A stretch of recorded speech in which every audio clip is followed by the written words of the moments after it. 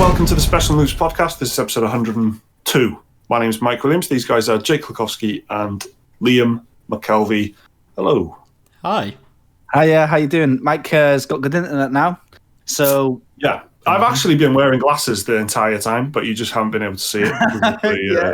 You look so crisp and clear, you know. Yeah. For the audio listeners' benefit, that's why I had to tell everybody. Mike stepped his game up severely. Yeah, well, it's only just gone in, so it's very unstable at the moment. Sometimes it's like 200 down, sometimes it's like 20 megabytes down. It's tough, it's difficult, but yeah. So I'm completely turned around on all fucking game streaming. I think PlayStation Now is the future. I've always said Google Stadia is the way forward. Can't wait to get I'm joking. I think I'm actually was thinking about playing Bethesda-Xbox 3 on Google Stadia, but only because that's the only fucking way of playing it. It's a Google Stadia exclusive. Yeah, so now that it would actually work on my connection. I've thought about it, but even still, and I don't even know if it's getting to the point of like, you know, if the delay is like 30 milliseconds or whatever, is that basically the time it takes for my mouse click to go into the PC? I don't know. Like I don't know how short the delay gets before it's basically the same as it would be anyway. Yeah. But even just the idea that it has to go down the fucking cable to the mast outside to a fucking server farm under the ocean and back. Well, here at Google Stadia, we firmly we hear your concerns. Yeah. So that's where I'm at. How did you find it, Jake, when you were playing Orcs and Style? So like the lag and stuff like that. Well, my connection is like very, very civilian. You know, it's not nowhere near the high end of being like direct connections like Liam's internet. I think he's got like some giant like monolith in his house that gives him better internet. We got fibre straight to the house, and it's beautiful. That's what I've got. And that's what everyone's gonna have. Like I just have like normal internet in it. I'm living in the past. I'm like last gen at this point. But when I played it, like I got a wife and two kids that are always on like Netflix or their phone browsing and whatever. But I was playing it when I was completely home alone, so there was absolutely no one else using any of the bandwidth in my house, and it felt totally fine. Okay. And then I finished work a bit early once, and then just ended up sitting in my attic playing it. And then it was almost like night and day. You could tell when my wife came into the house, because the internet just went boom, and I couldn't hear her because I got headphones on, but I could just tell. And then I went downstairs, and she had like the iPlayer on or whatever, and it was absolutely unplayable at that point. Yeah. So, like, it went from very fine to like completely fucked, and it was, and the only difference was someone was watching the iPlayer or Netflix or whatever. If you don't know what the iPlayer is, it's like a British thing. Like, but yeah, so basically, very turbulent. Is the answer. Yeah, and that's the thing, isn't it? It's the like lack of like reliability of it. Like, I'm sure that it can be great, but it's the I don't know. It's just the idea that I still can't get out of my head. Really. I think regardless of how fast my internet is. Yeah, and I think it doesn't even matter how fast your internet is. It still comes down to how physically close you are to like the Google data center. Well, yeah, sure. It's got to obey the laws of fucking physics, hasn't it? So you can't, It's so shouts out to Google Stadia. I was thinking about it again the other day because obviously like Baldur's Gate 3 is on Stadia, and you still have to buy it, and it's full price, which is it's quite expensive, right? Because it's in early access. But obviously, I'm working on the game, so I don't have to buy it. So I could get a free key for it, and then just like pay £8 or whatever it is, or make a new account again to play it, and then I'd get to play it in bed. But then I was thinking like, well, I'd only get to play it in bed when there's other people in the house, so that would be when people are watching the TV, and if they're watching the TV, they're using the bandwidth. And I was off to buy a Stadia controller. So all of a sudden, it was just like, funnily enough, what I'm trying to say is, they say that they're trying to make this as simple as possible, but it was more than 2 clicks, so I couldn't be asked. No, it's totally true. And it's not even 2 clicks. You've just fucking pointed out there. It's 2 prices. You got to buy that's right, isn't it? You've just said you got a key for the game, and then you had to pay for the subscription to use it.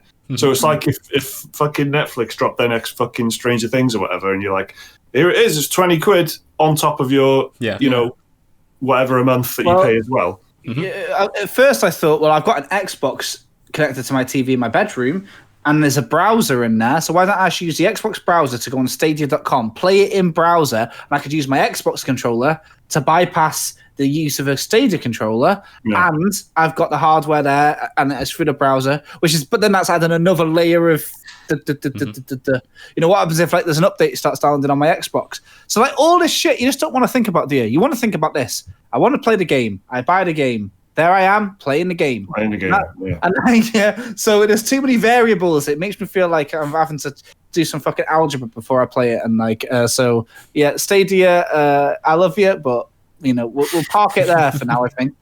And that'll be the end of Jake's tenure as the brand ambassador. And for that reason, I would like to formally announce I'm stepping down. I'm selling my shares. Okay, so that's Google Stadia for some reason. It's been another kind of console-y type of week, really, hasn't it? A lot of minor things for PlayStation, Xbox. You know, I kind of apologising for it every week, I guess, but it's just the way it is at the moment. It's going to be like this till Christmas, though, really, isn't it? It's going to be like, well, until launch anyway, but then you're going to have everyone. It's going to be like, you know, people getting consoles in batches, so every week they're going to be on Twitter showing off their new console and all that. Yeah. There's going to be like an excited freshness to it for a year, isn't there? There's going to be software updates and new exclusives being announced, and you know the next E3, whatever that looks like, is going to be big for announcements and stuff, isn't it? So yeah, it's going to be like an exciting kind of 12 months, definitely. But yeah, it's going to be a lot of console dominance in the just anyone listening, he was like already like being pushed to the edge of their tether about this because they've got a PC. There's also a lot of games coming out, don't worry. This is like that weird period where people are kind of scared to go. Like we're recording this in Discord, and I'm just looking at a tweet from the Games Awards, which we've got in the Discord, and I can see 1, 2, 3, 4, 5, 6, 7 major game releases in the next month, and 2 consoles. So there's like, and some of them are on PC. In fact, all of them are on PC, apart from Spider-Man and Demon Souls and Hyrule Warriors. So yeah, like there's still a lot. So you know, don't worry. Yeah, I mean, seeing as you mentioned that, I mean the there was a story kind of circulating this week about the Bethesda-Xbox kind of. Well, I feel like it's a merger because it's 2 such huge companies, but it's not. It's Microsoft that just owns Bethesda and ZeniMax now. The kind of Xbox boss said that Bethesda games don't have to launch on the PlayStation for Xbox to kind of make its money back. They could keep it as exclusives. However, they don't want to do that. They don't want to keep games away from gamers, is what they said. So, gamers.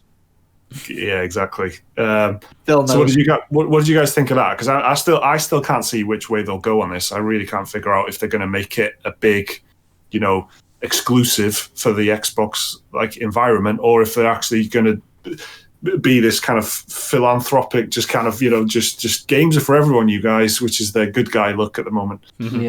Which way they'll go down.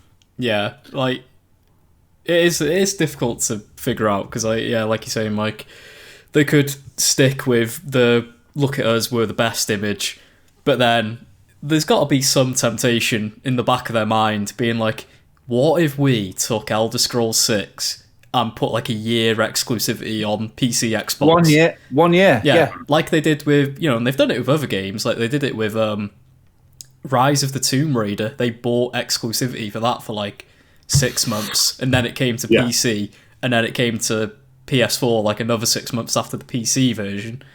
It's like it's like they've done it before, and they did it with Titanfall 1 as well. I think they bought exclusivity for that for Xbox One, and then I think. Yeah, but yeah, I think right. It's like like because it'd be a great way to get people on your platform. Elder Scrolls is a system seller, so it would categorically sell the system to me. I would then think, well, I do like playing Bethesda games. I like playing them on my PC, but I also like playing them in the living room. Maybe I would pick up an Xbox just to play the next Elder Scrolls. But we are living in that world as well. Like the timed exclusive thing is almost ridiculous, really, with map packs and fucking DLC being timed exclusive, and Sony does it a lot. It annoys me, especially with Call of Duty. They do it a lot with that. Yeah, I played COD last week with my mate, and then we were texting all week like, need another fix. How long is it until Call of Duty comes out? And then it's like, oh wait, there's another one this weekend. Oh, this is the big one. This is the one that's for everybody, because last week's was just the timed exclusive. And it's like, everything's a bit like that, isn't it? I think that it's because speaking to Liam mentioning Tomb Raider, it always reminds me of, I'm sorry to bring this hurt up again, Liam. Liam bought Tomb Raider, I think, when it came out. Yeah, Shadow of the Tomb Raider. Yeah, Shadow of the Tomb Raider, and it was like, I think it was just a bit under full price. No, it was like £35 if you bought. They had like a 10-20% discount if you ordered it early. Like literally a week later, there was like a sale on it. Yeah, and then I think it was like 33% off, after the second week, and then by like the fifth or sixth week, you could pick it up for like £19. Yeah, so that is a really extreme example, but of this kind of like, everybody's getting into things because of the hype and the fear of missing out is the big push, right? It's the one thing that you see a lot, especially with the rise of like, streamer culture and games being like very, very like trendy. Like Among Us is a big trend at the moment, and the next trend is going to be a game called Party Animals, or I'll eat my fucking hat. Like, wait till you see that. So it's like, but that'll come and it'll go dead fast. So I think that's why things are timed exclusive, because it's like, everyone will rush out to buy it. The time is important. That's fucking true. The boom and bust thing, like the Apex Legends. Remember that? Remember how fucking big, how huge Apex was? Yeah. And it was like, oh, it's bigger than Fortnite and all this. Those are the like references you would make. Yeah. And it was just kind of dissolves really quickly, doesn't it? Because the next thing comes along, and then that's what all the streamers are playing. This is the thing, right? So, to keep it like, I know that you guys don't really streamers, like Liam's watches like more YouTube, right? Still, you watch loads of game stuff on YouTube. Mike, different kettle of fucking fish, aren't you? But it's my job to tell you. So I'll let you know. I feel like that's a compliment. I'm gonna. It is. Kettle of fish. Different fucking I like that. I'm gonna get that tattooed somewhere. So Fall Guys was the biggest thing ever. It felt like. Yeah. Among Us has come out, the biggest thing ever, and there's this new game coming out called Party Animals, and the beta for it was like this weekend, and the concurrent players were like crazy, and it's a bit like a Fall Guys Human Fall Flat. Like these party games are just massive at the moment. It's just a huge, and it's probably because of COVID. But the point is that like Party Animals, you'll hear it everywhere between now and Christmas, and then it'll just go. But like AAA games, it's like, because I think what it is price just great. Like, apart from Nintendo, who like, if I wanted to buy Breath of the Wild now, I think I'm still looking at about 40, 50 quid. Yeah. But the game's price degrades. If you got like, I don't know, the new Call of Duty is like 55 quid, but for 55 quid, you could get Monster Hunter World, God of War, Persona 5, Bloodborne. And it's just, and those games came out a couple, 2-3 years ago. So 1 year makes a difference these days. And I reckon we'll get a timed exclusive on Xbox and PC. I reckon it'll be about 3 months, 4 months. I reckon a quarter.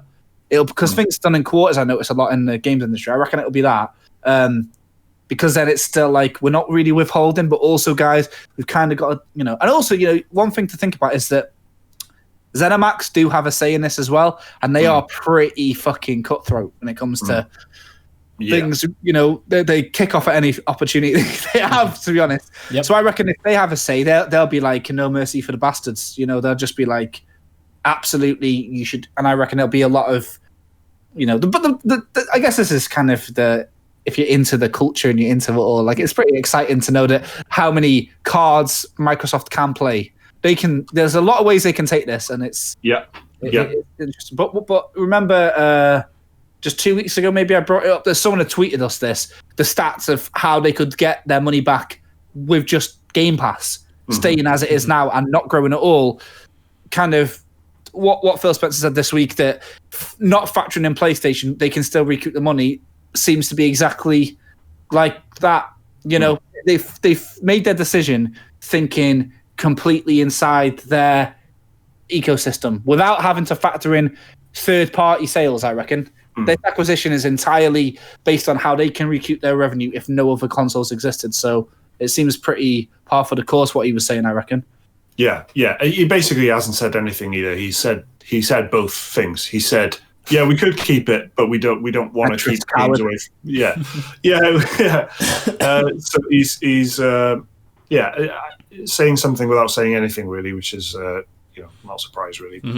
Also this week, they PlayStation showed off the kind of UI or the UX, which I don't like, the user experience, but with an X, of course. Yeah, just what the PlayStation 5 looks and feels like, but essentially, and what the menus and the overlays when you're playing the games, and there's some new features in there. Digital Foundry were very excited about it, and the key difference between the two, Xbox and PlayStation, is that PlayStation is running the UI and everything in 4K, in native 4K, and Xbox isn't. Xbox is sticking to 1080, which is, it's not good or bad. It's just a different approach, isn't it? So if the Xbox will then have more resources for the actual game, in theory, and it'll have more RAM available or whatever, and PlayStation will look and feel a bit more glossy and premium. What did you think of the PlayStation UI reveal thing? Wait till I tell you something in a minute. Again, it was all right. On the podcast or off the podcast? On the podcast. Great. I plotted it out in my head, and I thought everything about the sentence is going to make Mike's face just sour up. It's going to be funny. Okay. Okay. Sorry. Liam, let's the PS5. It was a UI. Is what I thought. I did. Yeah. I mean, I wasn't exactly. It looked, like you were saying, Mike, it looks very nice and glossy, but at the end of the day, it's not something I'm going to be an awful lot concerned about, because I'll be playing games rather than staring at the home screen for the entire time. I mean, some of the stuff you can do, and it's pretty cool, like being able to, like how it had like the different cards, and you could just it said they were using Sackboy, weren't they? Yeah. And it was like, oh, you've only got 20% of the way through this level, jump back in straight away without having to go through the main menu and stuff. Just pick whatever level you want from the UI, and you can just jump into it, in a matter of seconds. I mean, that was pretty cool.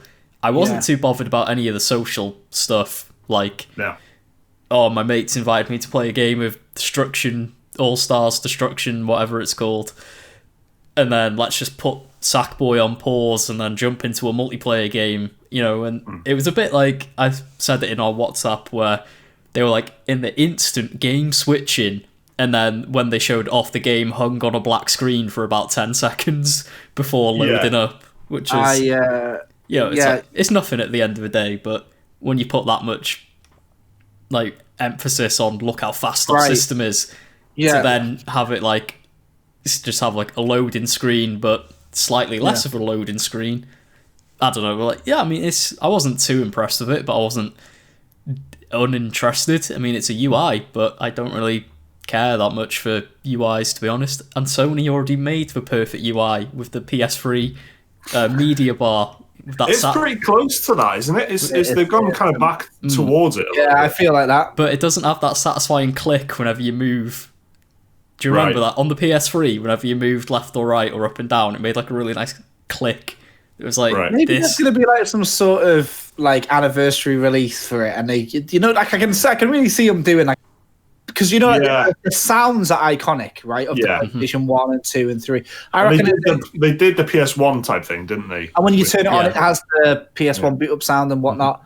But yeah, it reminds me a little bit of my brief time looking at a PlayStation handheld with the more circular looking icon things. But I think that the Vita lives. The Vita lives, yeah, exactly. It paved the way. I thought it was the there were some features that I thought were cool. So like, yeah, you can jump into levels instantaneously from like the trophy screen sort of thing. So like, you know, if you're playing Crash Bandicoot and one of the trophies was on, you know, Insanity Beach, jump on 5 crabs. Doesn't matter where you are, you can click it, and then you're right there. So I like that a lot. It's good for the trophy hunters. And speaking of like that sort of thing, there's like this really, I don't know, it feels like, well, back in the day for the youngsters listening, because I don't know how when they stopped doing this sort of stuff, but and I know there's a lot of people who listen that are older than us. But when you bought a PlayStation 1 game, the booklet used to say like, you know, don't play for 20 minutes or you'll fuck your life up. And then towards the back, it was like, if you're stuck on Tomb Raider, you can phone IDOS helpline and we can give you tips. They had tips and tricks helplines, like some sort of like escort pages at the back of a magazine kind of vibe. And then there's this sort of thing like they do that now for PlayStation Plus members only, for some games only. There's a little hint button that you can press that loads up it just seems trashy. Yeah. Then there was another like a direct link to a YouTube walkthrough sort of thing. Yeah, that's exactly it, which is something that Stadia were pushing big time at first. Were they? Were they brand ambassadors? Something that System Pioneers, next gen Wonderkins Google Stadia were doing, where they were saying that you could watch a YouTube video and there was like save states in Google Stadia. And I was surprised that they didn't. Yeah, but it must be using some sort of save state system, right? To load up multiple. Yeah, I think that's what I wanted to mention, really, just because it kind of reminds me so much of the. Well, it's obviously intentional, the just Netflixization of it, because the cards kind of, you know, it's like a continue watching on Netflix, and you jump in exactly where you left off, exactly like Netflix. So the saves, how that exactly is it moving on from an auto save thing to like a constant save state, you know, like when you're playing a ROM or an emulator, you can save the state, can't you? So speaking of Netflix, so do you ever featured it? I don't know why, it only just came to me when Liam was talking about it a minute ago. Well, he didn't exactly say this thing, but it reminded me. But like, they had this thing where you can now share your screen in the party chat. Yeah. I thought that's going to be shite, right? Because the social feature, he's going to want to watch you play Sackboy. Yeah. Sound like that guy who wrote an email in last week. You know what I mean? No one's coming around to watch you on Sackboy. But, you know, like, I follow a lot of streamers on Discord, and they have, like, watch parties with their friends. Could you share your screen, open up Netflix? I mean, they're not going to shout about that, are they? But there's probably, like, some copy protection involved. Like, do you remember, like, on the PS4, whenever you got to, like, a story-sensitive moment in a game, it would always come up with the recording has been blocked. I imagine there's going to be that in place with like Netflix and Amazon and stuff like that.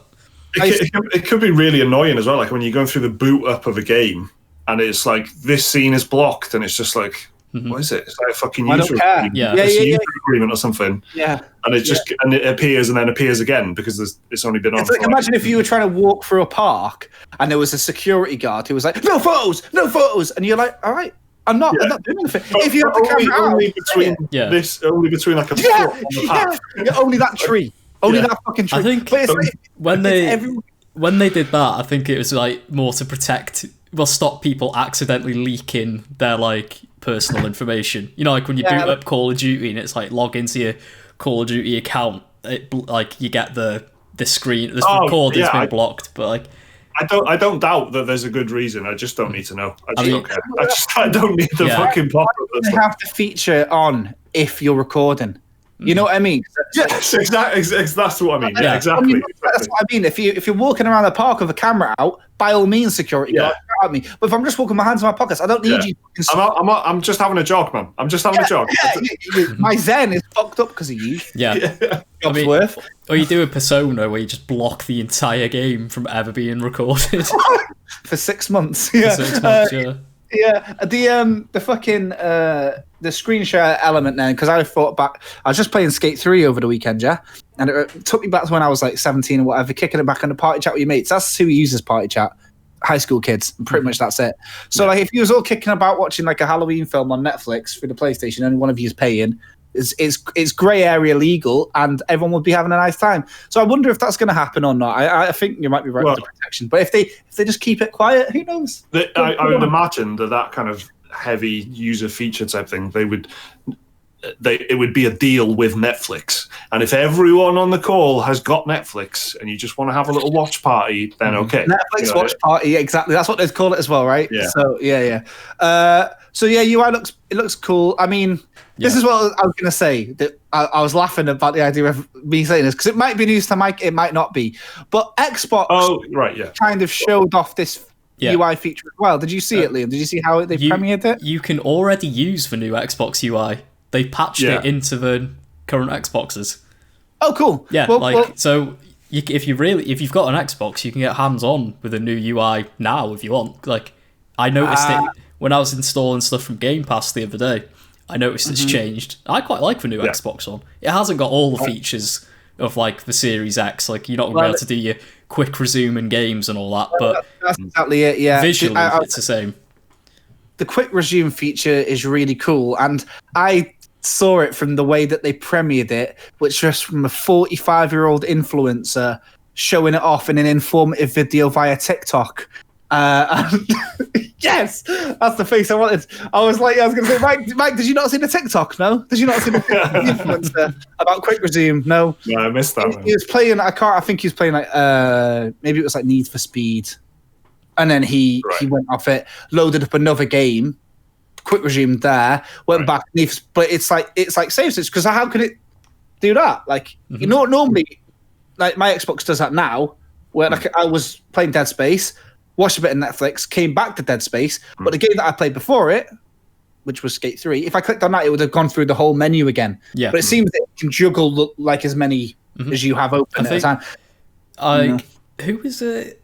I can't remember who it was, but someone, like, because loads of people have already got hands-on with the Xbox already. Someone was saying, like, of the terabyte SSD in the Xbox, there's like, it was like 300 gig or so reserved, and that's for all your quick resume stuff. So it pretty much just keeps it like open in memory, and then just swaps it in and out of the RAM. And that's how the quick resume works, because it's like the SSD is so fast, it can like just load it back into the RAM like instantly, and that's how they do it. I think because I think the PlayStation had a similar thing, right, where the OS takes up like a third of the space. That's from because there's loads of influencers have got the PlayStation as well, but pretty much just in Japan. So it's like, and because they don't even have the same alphabet as us, like you can't even like look at pictures and unless someone like fans are translating it and whatever. But obviously Xbox is a bit of a Western affair, so we're seeing a lot more of those features. But that's also making me laugh, right? Every single time PlayStation is doing something, it's like, oh, Xbox actually already kind of did that. They're always one step ahead this time. It's quite funny to see just how effortless they're showing it off. They're like, but they're being so cool about it, and they're not like making this dry presentation about Sackboy.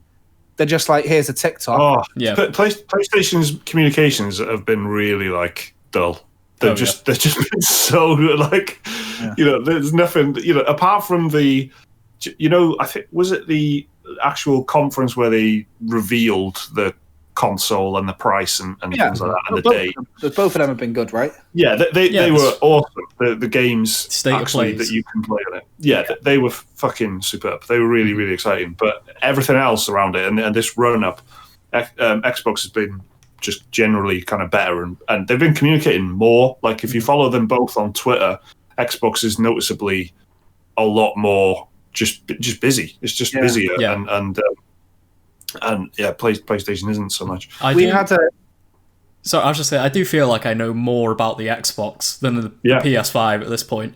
Even though I'm still getting a PS5, I've still got one on order, and I'm not going to get an Xbox for a good couple of years at least. But it's just like, I feel like Xbox have been a lot more transparent, and whereas Sony have been a bit more like magician guarding the secrets. I think it's very one-sided at the moment, and I think it's just making them look stupid. I sound like a fucking sports pundit, but I just wanted to do a quick little follow-up for anyone listening who cares. We got an email last week from, I think it was last week, about PlayStation India being very neglectful of the currency, no price or date announced still, Yesterday, PlayStation announced their prices and stuff in India. Someone had tagged, someone tagged us in on Twitter just to say, looks like they're listening to 100. So if you're listening, for any Indian PlayStation fans, you're very welcome. Yeah, and cool. Thanks for always tagging us in stuff on Twitter, because like I say, like someone tagged us in about the Game Pass stuff, and that's how I brought it up. And now it's like, for anyone who wanted an update on that saga, PlayStation have decided that India matter. That's the official statement.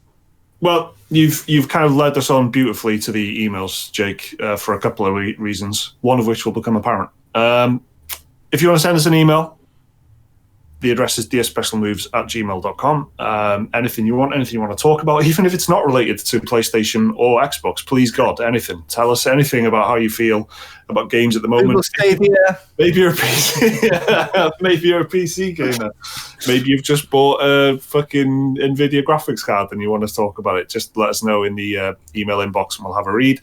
This one is from Alan in Termunfeckin in Ireland. I hope I said that right, Alan. I'm sure I didn't. Hey, gamers. Something has been bugging me for a while now. I have Xbox Game Pass. I've had Xbox Game Pass for about a year now, and I normally just buy games on my PS4. So, that's pretty reasonable. I think that's where the three of us are pretty much. Yeah. Game Pass on one hand, buying games on the PS4. But recently, I bought a year of PlayStation Now, and I did it without looking into it too much. I was amazed to find that there are way more games on PlayStation Now than there are on Xbox Game Pass. 700 games on PlayStation Now. 300 of these are PS4 games that are downloadable.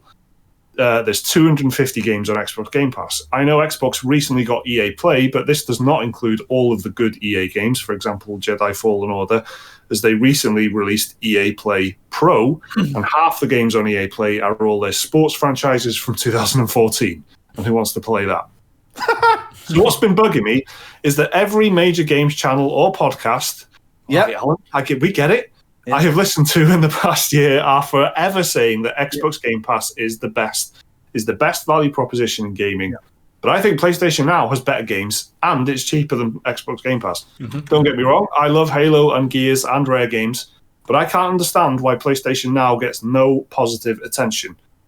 For example, here's a list of games on PlayStation Now. Is it all 700 of them? It's all 700. Here we go. I'm on the website. All the Metal Gear Solid games, all the Batmans, all the Bioshocks, all the Fallouts, all the Lego games, all the Killzones, all the Ratchet and Clanks, all the Resident Evils, all the XCOMs, all Metros, all the Uncharted, and Bloodborne. Love the podcast. Keep up the great work, guys. P.S. Can you imagine if Mark Cerny made a crossover game between Jack and Daxter called and Knack, called Knack and Daxter? Just an idea. Lots of love, Alan O'Sullivan from Ireland. That's a great email, Alan. Fantastic email.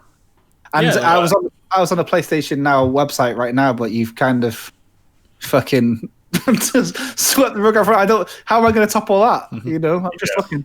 I think personally, it's a marketing thing. Like, totally. Like people I speak to just out in the wild, I don't know why I say like they're animals.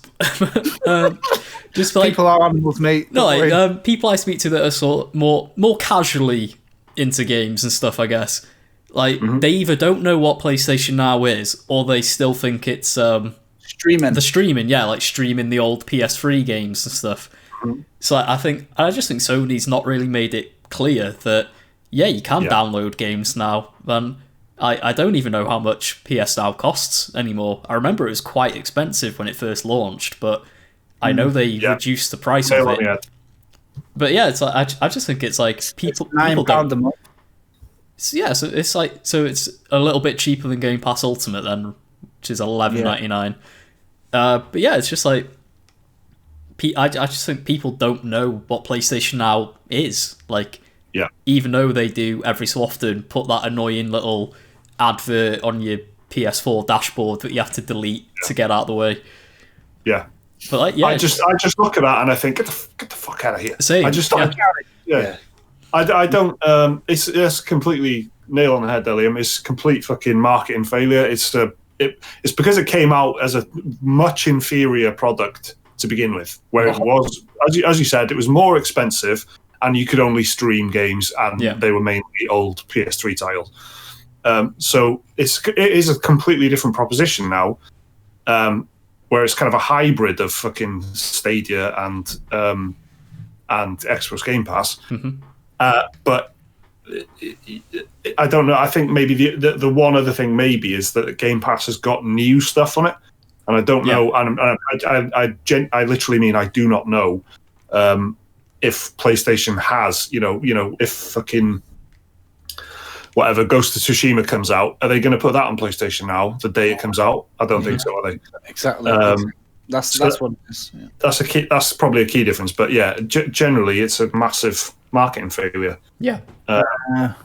Yeah. I think I mean that in the sense that it needs not more advertising, which they are clear, as we just said, they are trying to do.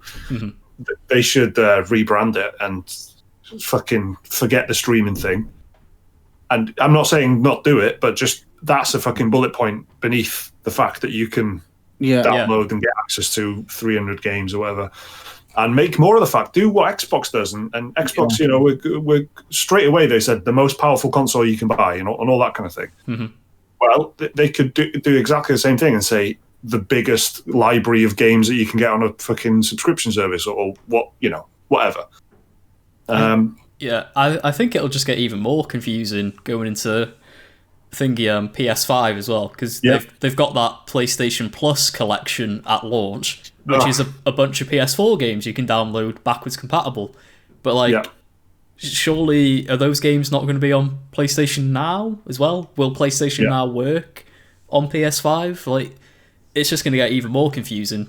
Whereas, it's just at least Xbox are very clear about what Game Pass is and how it differs from Xbox Live Gold, and and they're like, oh, you can you can have it on PC or Xbox if you want both. It's all wrapped into this package which comes with Xbox Live Gold for cheaper than if you got them both separately.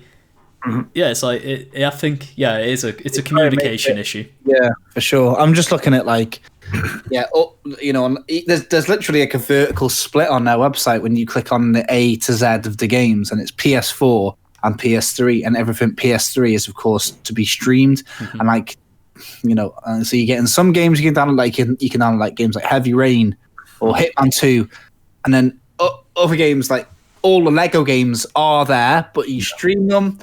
So it's if you've got an internet like mine, can't do Google Stadia, you then all of a sudden there might be 700 games, but you've got this horrible is it going to work or is it not feeling? And that becomes very, I don't know. And it's just not. People aren't persuaded on it as an idea, are they? They're not persuaded on the idea of game stream. Just broadly speaking, yet maybe they will be soon. Maybe they will be soon, but just at the moment they're not. So funnily enough, it's a bit the marketing, the way that it started off bad out the gate is very hard. Funnily enough, Xbox's generation just gone. It's took loads of people a lot of years and baby I can change behavior from Xbox to get people back on track and back on their side. And Xbox Game Pass has actually, funnily enough, been the big show of affection that everybody has got on board with. Everyone I know who has an Xbox has Game Pass. Lots of people I know have an Xbox for Game Pass. It's their single biggest strength outside of owning Bethesda now. it's the single biggest asset that they've got, isn't it? And that's the system seller. The system seller isn't games at the moment. It's access to games. Getting your hands on multi-platform games and indies and classic games and everything for really cheap. Which you can do on PS Now, but some of it is streamed through this server, some of it is downloaded, and it's a bit too. So it's a cool concept. Maybe in a couple of years we'll see it. Maybe by the end of this generation it'll be solid as fuck. And not so much, you now get streaming included with Game Pass as well now with xCloud. Yeah, but and they've been putting a bit of a push out, but I think in the right places. Like the publications and the places on the internet that care about that sort of thing, rather than pushing it to the consumer or whatever, streaming, because everybody thinks it's a bit like a gimmick, right? Still. So I think they've been clever with that marketing. I need to try out xCloud because I've got Game Pass and I've got I've got one of the compatible Samsung Galaxy phones. So I can, and if you go on the Game Pass app, it even has a cloud section on the app. You can play. So it's like, I need to give that a try and see how it actually works, because, why not? It's included. Sorry about it. If you can hear my child screaming in the background, I'm really sorry. She's just found out that Lego Harry Potter on PlayStation Now can't be downloaded natively to our PlayStation 4 after the stream. And Daddy's doing a podcast, so fucking dreaming about it. Yeah. Big thanks to Adam Harrop as well, who sent a quite a similar email on the same topic and kind of, but more to the point that Sony sort of led the way on it, and they kind of, they were an earlier adopter of the subscription idea with PlayStation Now. So thanks Adam as well for sending that in. Should we do another email? This one's quite a good one. This one's from Tom Winter, who says, "Dear Special Moves." Tom's emailed in before. Dear Special Moves, Tom Winter, the civil servant and loyal podcast listener. Although I can't comment on ongoing government policy, the issue of hey gamers will be addressed in the next Prime Minister's next speech, and it doesn't look good for the rebellion. That's funny. Oh no! He's a civil servant. Yeah. You'll be disappointed to hear that I've been a keen FIFA player for the last decade. I've held off on buying FIFA 21 as my friend picked it up on day one, and I have not been impressed.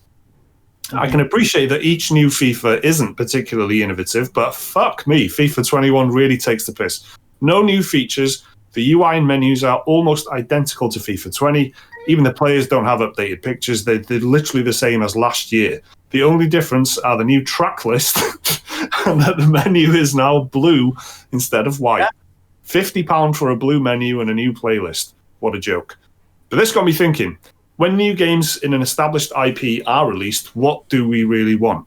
I think we want innovation, but we also want what made the particular game great in the first place. But how do you get the balance right? Mass Effect Andromeda was innovative, but the game was worse than the original trilogy because the story and characters were pretty average. Neo 2 gets endearingly described as Neo 1.5. Jake and Liam both said this when it launched. It's still a good game, but it didn't push the boat out too much. I'm keen to hear your thoughts on this. Cheers for all the continued content. Very enjoyable as ever, Tom. Thanks, Tom. Thanks, Tom. I think when it comes to like a sport like this, like the game, same with football, right? The game doesn't change, the rules don't change, the mechanics don't change, the people change, the players change, and it's them that bring the excitement. That's why there's this sort of like hero worship focused football thing. It's the players that make the game in this case, right? Like football is great and it's full of like teams of, I actually fucking hate football, but it's great for this because it's 11 people working as a combination, and you'll never see a team like England in blah blah blah again. You'll never. It's constantly changing, and none of that is down to the mechanics of the game. It's not a new little thing added in every single. It's not like how Rocket League changes to fucking game mode, where all of a sudden there's fucking a vertical net. So I can totally imagine that's the sort of thing that the people who are developing FIFA under the hood are telling themselves when they go to sleep, because there isn't any changes. Like to the point where who was it? GameSpot, IGN gave the new FIFA 2 out of 10 on the Switch for being an absolute copy and paste job. But what's different this time? Well, it's the players, it's the music, and the UI is a bit shinier. But I guess that must be pretty insulting when you can kind of create your own players. Yeah. So you can min-max a player out or whatever you can do, and there's all these car packs and stuff. I think it just seems like a low effort thing. So if that is the case, then I guess maybe don't release the game every year, keep the existing game, do a Destiny 2, put in new stuff, update it constantly. I could eventually see FIFA being just called FIFA, and there's a £4 a month fee to play it. Everyone who plays FIFA would pay that, and they get all the up-to-date numbers. I'm pretty sure there was something similar to that actually kind of in the works, right? But I can totally see that happening where it's a live thing, because and if it was live, they could gimmick it up by saying, like, based on how well Liverpool did against Aston Villa last week, Liverpool's standings in the game will drop and whatever. So you could spin all sorts of shite to make people pay £4. But I've never fucking got that makes way more sense. And we live in that world now. You do that, and people wouldn't object to it. But I've been a fucking dickhead from a young age, and I remember I was probably about 14 or 15 when I was thinking, this is insane. This is exactly the same game as last year. Yeah. Why are my mates buying it for 40 quid in the shop? And look, I've just bought last year's for fucking £1.50 or whatever. Why is this happening? Why is it even? And this was like before the updates where you could easily just update the fucking roster, like no problem. You could just change the names and change the whoever's in which team. But yeah, it's an old like business model, isn't it? It's old fashioned, wasteful fucking. Think of the sheer amount of plastic that just can become completely obsolete every year. This has never happened in the time I've lived where I've lived, but I lived near a big Asda, big Walmart for the Americans, yeah. And I walk in, it was not big, but it's big-ish, yeah. There's a small game selection right at the opposite end of the store when I walk in.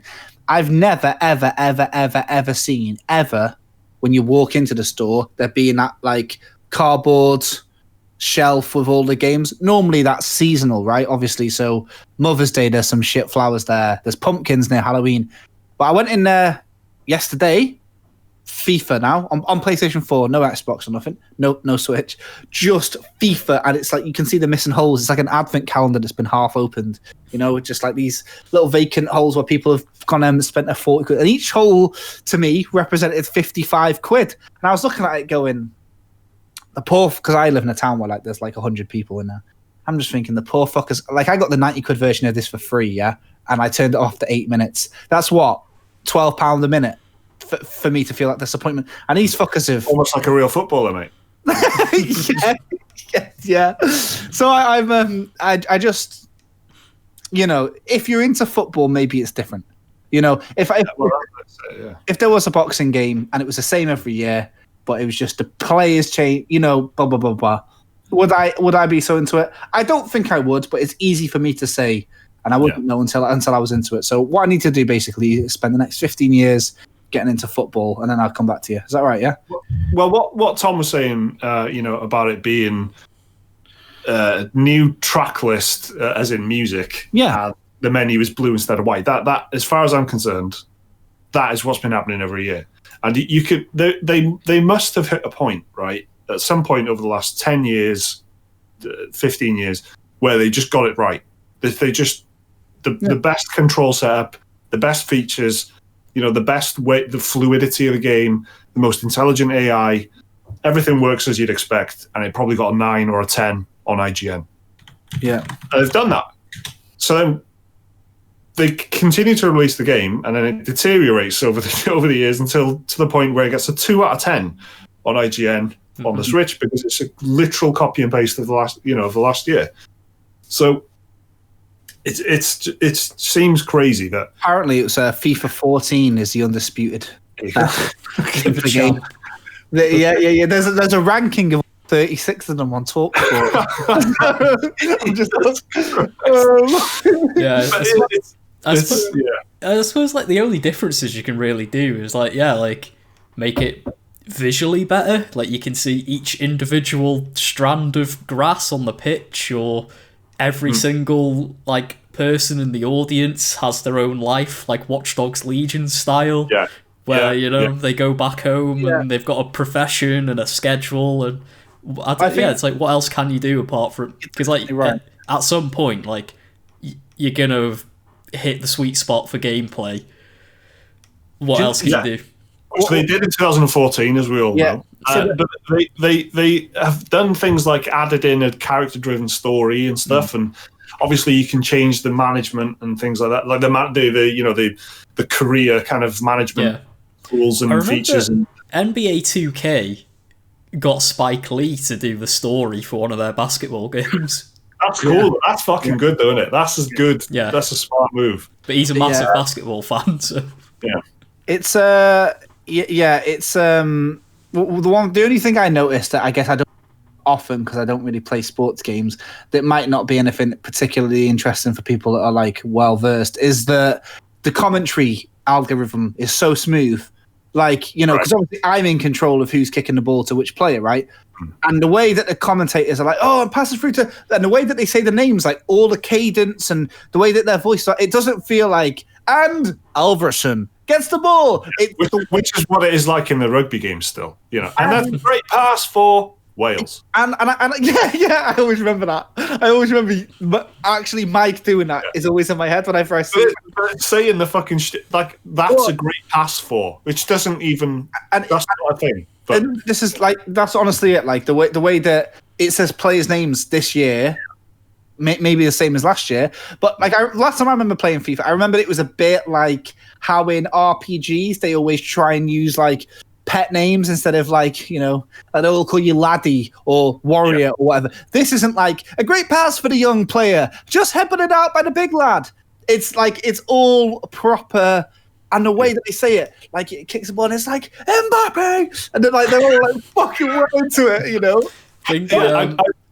There's some passages of recording that they've been doing this for a long time. Because I remember kids in like school, like in my school, even doing it. But it's they'll record like a rambling sentence of like, and it's been a long season for Tottenham, and they've really been struggling. And you can see how this lad, he's taking it on his shoulders really. But so it's like a long fucking rambling passage. But then it plays almost every fucking game that you play. So every game that you play with Tottenham, they mention this. It's like working. You should try Forza Horizon 4, where you can pick because it tells you to pick your name at the beginning of the game from like a pre-recorded selection, but it integrates it so seamlessly. It's a bit creepy. Like when it first happened, I was like, "The fuck is going on?" Because it's just, and it sounds so seamless in that. That's what I mean. That's like really the thing that I don't, because I don't really know how stuff like that, like dynamic audio is so exciting and interesting. I tell you, Stronghold 2 was doing it back in the day, mate. You put your name in and it goes, "Greetings, Lord Michael," at the beginning. Yeah. So there was simple ways that's been innovated on over the years, but it's just, and without trying to sound a little bit too like, YouTuber, it is a bit of a disgrace that it's so marketing led. Like. Yeah, as soon as you Come on. As soon as you start using words like disgrace and heavily criticizing a company, our views, mate. That's it. FIFA destroyed. FIFA dismantled with facts and logic. It's disgusting. They're ruining the industry. But really, it is actually very wank. Like how it's like the person who negotiated the contracts for the new playlist or the person that came up with the correct color of blue for the menu is got a fat fucking bonus this year. And it's all about fucking grease and palms. Like I'm really close to the FIFA launch. I know exactly how they're doing it, and it's super slimy. It's just bollocks. It's pure like city slicker bollocks. And it's just like when you look at what the game is, and to know that like the guys on the ground, from civil servants to the guy in my local Asda, are probably like a bit disappointed with it. To know that everybody EA is like, great job, that blue, next year let's see what happens. And like, Stumsy is really in at the moment, especially with the George Floyd thing. So fantastic, brilliant work getting him on the soundtrack. Absolutely fantastic work. Put that on your LinkedIn. It just all feels very LinkedIn. That's what I'm trying to say. So FIFA, I mean, I haven't seen many good reviews for it. In fact, I've seen more bad. But, will there be like this one big shake-up game? Like how COD did it with last year? Mm-hmm. Yeah. They did have 14, mate. And what's new about FIFA 14? It was the very first or second year of the new generation, wasn't it? Actually, FIFA 14, it would have been the new gen one, wouldn't it, surely? Yes. So, yeah. So it would have... So it makes next year's FIFA, I'm sure, will be great. I'm sure it'll be an amazing one. FIFA 22, that's going to be where it is. Yeah. Go on, Betfred. Get that on there, and other betting things are available. But it's as simple as that. They couldn't be asked for this one because it's the last one at the end of the gen. They'll just sell all these, and it'll be a huge improvement next year, and it'll get great reviews. Mm-hmm. Amazing lighting. Yeah. Amazing lighting. Yeah. Dynamic weather. Yeah. So maybe there's hope. So yeah, good thinking. But it's not hope. It's part of the strategy, isn't it? It's part of the strategy. Do a shit one, almost intentionally. Yep. Do it lazy, so that the next year will be magnified as to how good it is. Synergy. Yeah, I reckon you answer something next. So yeah, FIFA 2020 anticipation. Yeah. It's a disgrace and things. Bad. Okay, let's go to new games. Thanks everyone who sent in an email. The address again is dearspecialmoves@gmail.com. Thanks everyone who sent stuff in. We read them all. We had lots again this week, which is really good. Thanks everyone. It's genuinely, it helps us put the podcast together when you send in emails, because we can pick like which topics we want to hit and stuff. So keep doing it. Keep sending in the mail. New games this week is pretty busy. It doesn't really obviously now get going until the new consoles are out, I guess. But regardless, let's go through some of these. On Tuesday, October the 20th, is Amnesia Rebirth, which is out on PC and PS4. Yeah. Survival horror title. The Amnesia series. Very famous. Very famous, yeah. Also, like, one thing it doesn't get credit for is absolutely, well, maybe it doesn't get credit because there's some people very unhappy, but it kickstarted the career a lot of the biggest gaming YouTubers in the world. The Let's Play genre had never been the same. Absolutely pioneering. PewDiePie, biggest guy ever. He was spawned from this sort of thing. It kind of fucked up horror games for years and years and years because it took the combat away. So the hide and seek simulator shit you get now is all some sort of mostly bad pastiche trying to be Amnesia. So this is when the real kings are back. So at least Amnesia had puzzles in it to break up the monotony. So let's see what they do. I'm looking forward to it because at the end of the day, they innovated big time, and like even like Machine for Pigs, which is the Chinese room one that they did, the people who did the DRS and stuff, was good. So I'm actually going to get this, and it's a horror game in October that's new, and it's probably the one, right? I don't think there's any other horror games that matter that are coming out. Yeah, that matter being a key phrase there, because there's a lot coming out that are just. I think we had a couple of imitators in the last couple of weeks, really. Remothered came out last week, which is like got 1 out of 10s. Pushed its launch forward because it was scared of Amnesia, and then launched buggy as fuck, and it is absolutely just fucking dead on arrival. There's this game that's really, really popular with streamers at the moment, but it's called like Phantasmophobia or something like that. Yeah, and that's some like algorithm generated thing, and because it's so heavy on the algorithm, it doesn't really make for a great single player experience, but it's a cool multiplayer game, kind of like how Deep Rock Galactic is, where how much fun you'd have by yourself is kind of it depends on the person, but pretty much guaranteed fun with friends. So that's like a cool indie one coming out. But Amnesia's like, I don't want to say AAA, but it's like probably easily the most prestigious horror title this month, right? Yeah. I don't know what this means, but Rogue is coming out on Wednesday the 21st on PC, which I'm like, how? What is Rogue? Rogue. The Rogue. As in roguelike? Yes. The old one. Right. Sure. So there you go. Look out for that. Have I got these days right? Yeah, I have Thursday the 22nd. There's a game called Bless Unleashed, which is coming on PS4, which is it's a big MMO. Yeah. Bandai Namco type of job. South Korean, I think. Disc Room is out the same day on PC and Nintendo Switch. A puzzle platformer by Devolver Digital, kind of one of them type of things. Anyone heard anything about this? Nope. Disc Room, no. Bless Unleashed, yeah, but Disc Room, no.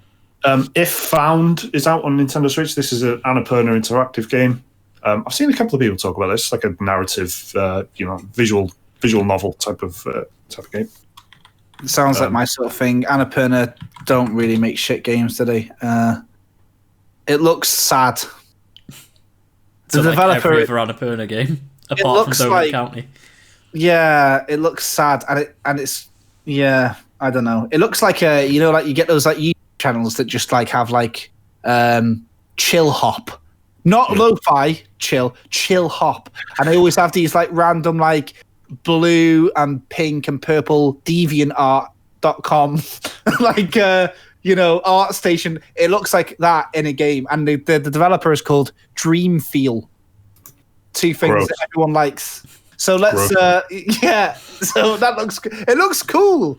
Looks good if you want to cry. The Red Lantern is out the same day on PC and Nintendo Switch. Described as an adventure survival game by Timberline Studios. Don't know anything about this either. The Red Lantern's good name though. Sounds like a superhero. Sounds like a brothel. Superhero, a brothel. Brothel. And then Torchlight 3 is out on Nintendo Switch, which is Jake, you played it, haven't you? Yeah, it's I don't like these types of games, but I bought Torchlight 3 because I like the way it looks. I think that's important. Did we talk about it on the podcast? I think we did, because it came out last week, did it not? Out of early access. Right. And I was surprised because it was only, I feel like it was announced. Right. As it out right now, it's sometime in June or something, isn't it? Mm-hmm. So anyway, I got it, I played it. It feels like a free-to-play MMO, but only you're playing it.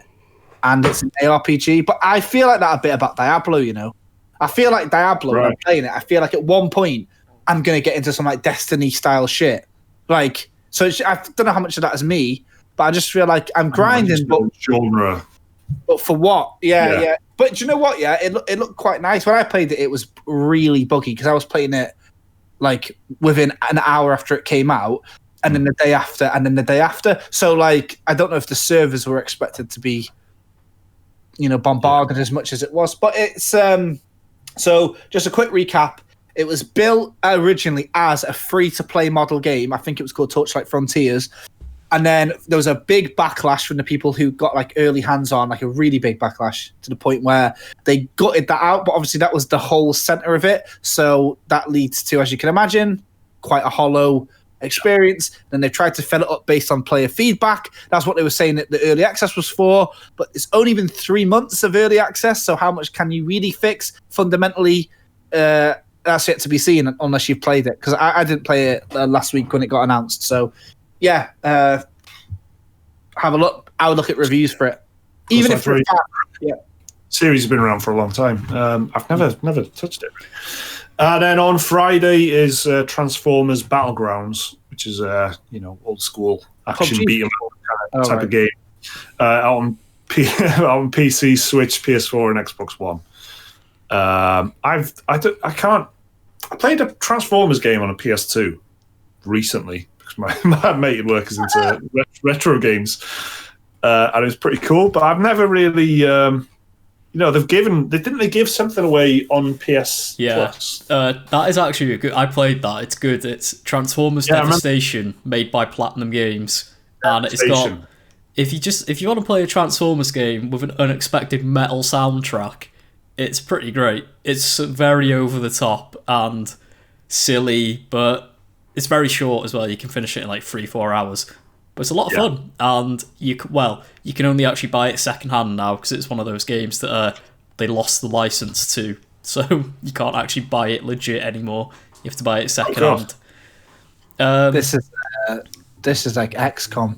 In fact, Eurogamer called it XCOM in disguise. Yeah. So it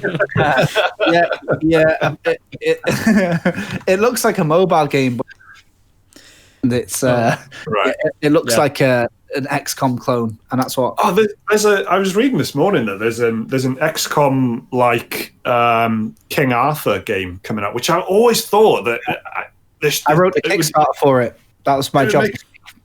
Really, what's it called? King Arthur. It's made by Neocore Games, isn't it? Com Arthur. I don't know Did they make the King Arthur strategy games? No, they made the Warhammer Inquisitor. Martyr, the action RPG. I've played that. It's good. Yeah, in fact, they might have made the early King Arthurs from 10 or 15 years ago. Yeah, that's what I was asking. Yeah. Oh, right. Yeah. Okay. Well, yeah. So I've got them. They're more like Total War. Not very good, but they're okay. But they were kind of good looking fantasy Total War-like games before Creative Assembly made Warhammer. So someone actually messaged us about this, saying specifically, there's actually Stu, our patron, right? And I said, "Oh, I'm working on the game. I'm doing the PR for it." But it's class. It looks nice. I read a preview about it. Yeah. So if its requirements, if its Kickstarter or if it gets met, it'll be playable next month as a beta. But it's got that like overview map, and do you know what? It actually reminded me, and I'm a bit of a I'm not very experienced with the whole XCOM-y stuff, but I know Total War, and the map did remind me of Total War. But it's getting it's picking up some interest because Ubisoft were working on a King Arthur game, and apparently it was Ubisoft's, I don't know, you can find a story online somewhere probably, but it was Ubisoft's really good guys, the guy that made Beyond Good and Evil, the guy that made Assassin's Creed, they really got together to talk about their passion, and they all discovered that they were really into making King Arthur game, and then they really pitched it, they'd worked really hard on it, they took it to Ubisoft's top guy who was it'll never sell, no one cares about King Arthur, and apparently that's the bleeding heart story of Ubisoft. Loads of the people who have been working there for years have said, this is the one game we wish we made, never made. So then when this Kickstarter got announced, I saw Michael Ansel or whatever tweet saying, who would have thought a King Arthur game would be getting made now? So it's it's. I'm looking forward to that. They're a decent studio. I did enjoy them old King Arthur games, and so there you go. I don't know why we're talking about that. We're talking about another XCOM-like game, which was Transformers. Was it Transformers? Transformers. Can't even remember. It was ages ago, minutes ago now. Thanks everyone for listening. Thanks for watching. We're about to record a bonus podcast for the patrons. So if you're a Patreon supporter, you're going to get a whole other hour of bonus podcast as scheduled again this week. Don't know what we're going to talk about, but I'm sure it'll be good. In a blind manner, that's what I want to talk about. So we'll do that and more. Remember again, dearspecialmoves@gmail.com if you want to send us an email, and keep commenting and watching and liking on YouTube because it does help. Cheers. Thanks. See you soon. Bye. Bye.